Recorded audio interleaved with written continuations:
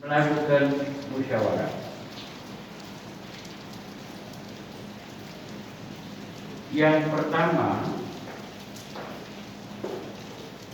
adalah kita memotret diri kita sendiri saat ini. Orkabi sekarang seperti apa? MPT berpendapat Orkabi saat ini membanggakan.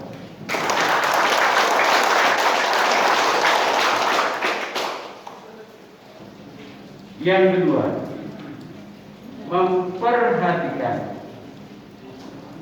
bahwa ke depan kita punya cita-cita mulia.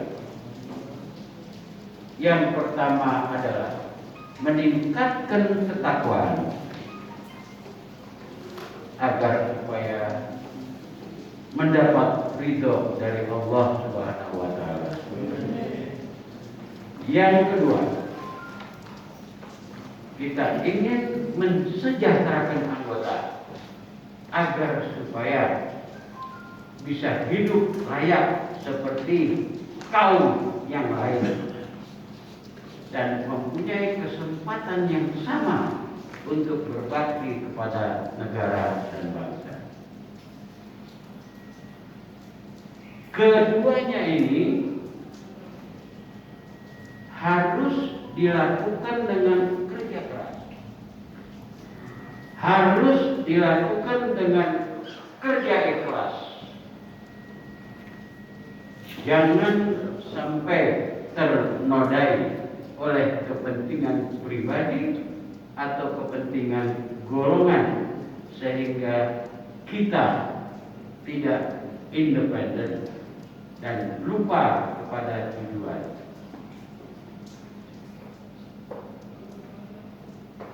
Selain itu, kita tahu bahwa di depan mata kita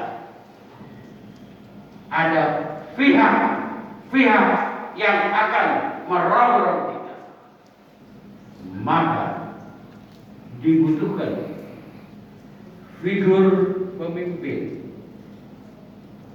yang mampu melaksanakan saling asah, saling asih, dan saling asuh.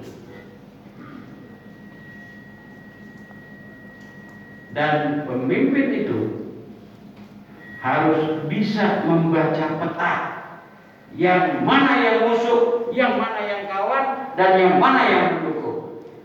Betul?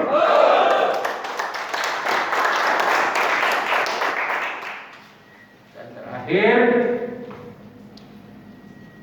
tidak hanya ketua umum yang harus bekerja. Ketua umum tidak mampu bekerja kalau dia sendiri. Dibutuhkan dukungan dari pengurus yang dibentuk nanti dan para panglima wilayah yang ada di sini sekarang.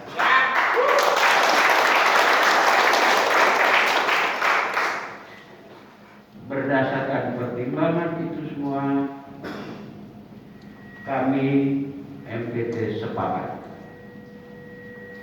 dan ini pun sudah disepakati oleh para ketua DPD. Maka yang akan memangku jabatan dan tanggung jawab Ketua Umum 2021-2026 adalah Haji Muhammad Ihsan SH.